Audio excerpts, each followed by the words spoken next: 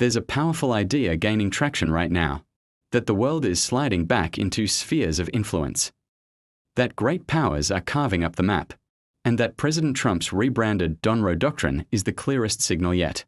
The theory goes like this: the US dominates the Western Hemisphere, China takes Taiwan and the South China Sea, Russia gets Ukraine and its so-called near abroad, and everyone else just sort of adjusts.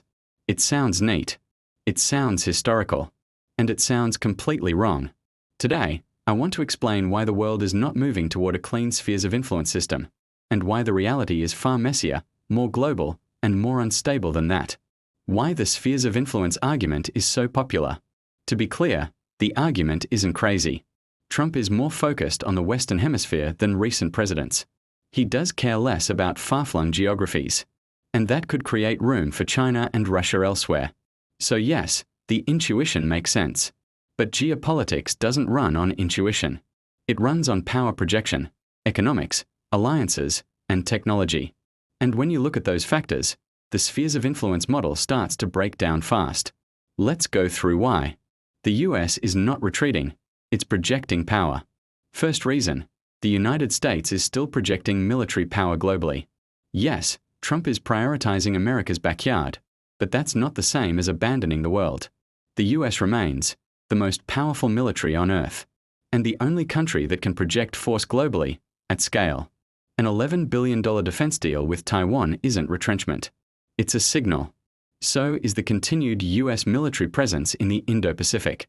So is Washington's insistence on being the primary security guarantor for Japan, South Korea, and Australia. And look beyond Asia. Trump has made it clear that the US intends to determine outcomes in Gaza, and sees itself as the ultimate decision maker on whether the Iranian regime survives. That is not a regional power retreating into its sphere.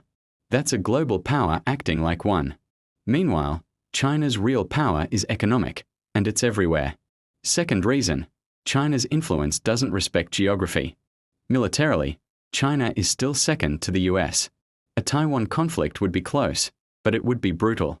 But China's real leverage isn't military.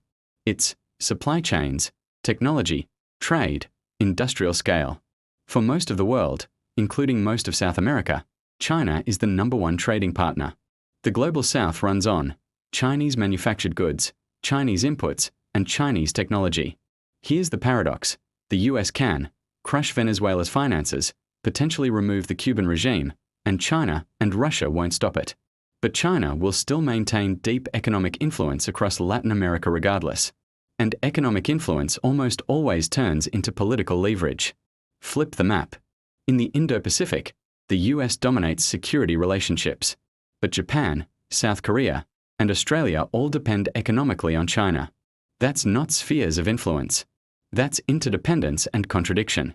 Closer to home, Europe is fracturing, but not falling into a sphere. The most dangerous test case for the spheres of influence idea is Europe. If the US withdraws from Ukraine, does NATO collapse? Does Russia dominate Europe? Probably not. Russia is weaker than it looks, and increasingly risk-acceptant because of that weakness. If US security guarantees erode, Europe doesn't become Russian. Instead, Germany becomes the defense anchor, Britain and France form a co-command structure, and Ukraine, battle-hardened and enormous, remains central. By 2030, Germany is on track to be far more militarily independent of the US. Economically, Europe would hedge globally. More engagement with China, less uniform EU alignment, more country-by-country positioning. We are already seeing this with UK Prime Minister Keir Starmer and German Chancellor Friedrich Merz. Some poorer European countries would likely tilt closer to Beijing than Washington. Again, not a sphere. A patchwork. Finally, technology makes spheres of influence obsolete. This is the most important point, and the one most people miss. The classic spheres of influence model is 19th century. It was about geography, trade routes, and military control. But today's world is digital. Yes, data centers sit on land. Yes, energy infrastructure is territorial. But the digital world itself has no borders, is run by technology companies, not states, and with the partial exception of China, tech companies are not subordinate to governments. In the US, it's arguably the reverse. These companies operate globally, set standards globally, shape geopolitics through business models, not armies. The world is fragmenting by security models, commercial models, consumer ecosystems, but not geography. And AI accelerates this trend dramatically. So, what this could turn into instead? What replaces spheres of influence? There are a few plausible futures. 1. A tech Cold War, with US-led and China-led digital blocs. 2. Radical decentralization, where smaller countries, companies, and even individuals gain outsized autonomy through technology. 3. A vertically divided world, those who can pay for advanced AI services, and those who are either productized, get, or left behind. That last scenario is particularly destabilizing, and it has nothing to do with traditional geopolitics. All of these futures are incompatible with clean regional spheres. Here's the finally irony. People are obsessing over the idea of a new US national security doctrine, as if it's permanent. But American foreign policy is famously cyclical.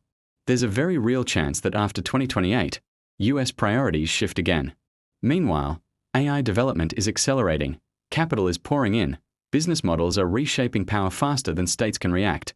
If you want to understand where geopolitics is going, watch Silicon Valley as closely as Washington. So yes, the world is changing. But it's not sliding neatly into spheres of influence. It's becoming more fragmented, more interconnected, and far harder to control. Which, historically, is when geopolitics gets truly dangerous.